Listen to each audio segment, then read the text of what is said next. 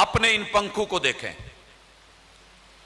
ان کو ایک جگہ چاہیے کہ وہاں آزادی سے گھوم سکیں، ایک زاویے تلک جہاں تلک کمپنی نے ان کی بناوٹ میں جگہ رکھی ہے۔ وہ پیچھے پلر سے جڑے ہوئے ہیں، دیوار سے لگے ہوئے ہیں۔ اگر پنکھا کہے کہ آزادی کا مقصد یہ ہے کہ مجھے دیوار سے نہیں لگاؤ، میں جہاں مرضی گھوموں جاؤں، تو یہ اس کی آزادی نہیں ہے،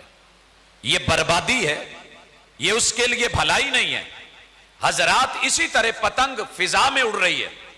کھلی فضا ہے، آزاد ہے، ادھر جائے ادھر جائے، لیکن اگر وہ یہ چاہے کہ جس ہاتھ میں میری ڈور ہے وہ بھی چھوڑ دے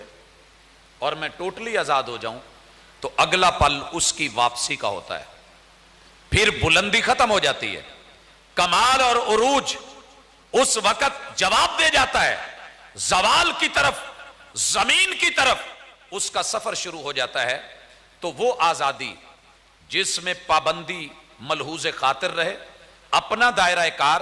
اپنا ظرف، اپنا برتن اور اپنی اوقات، اور یاد رہے ہماری اوقات کیا ہے کہ ہم بندے ہیں۔ اللہ نے جو زندگی دی ہے وہ عاریتن ہے، ادھار ہے، امانت ہے، ہم نے لٹانا ہے، اور سفر ایک بار ہے، موقع دوبارہ نہیں ملنے والا۔ تو اس میں رہ کر کے اپنی زندگی کو بندگی کی حدود اور قیود میں رہ کے آزادی کے ساتھ اللہ کے احکام کو فالو کرنا ہے، اور جہاں سے رب نے روکا ہے رکنا ہے۔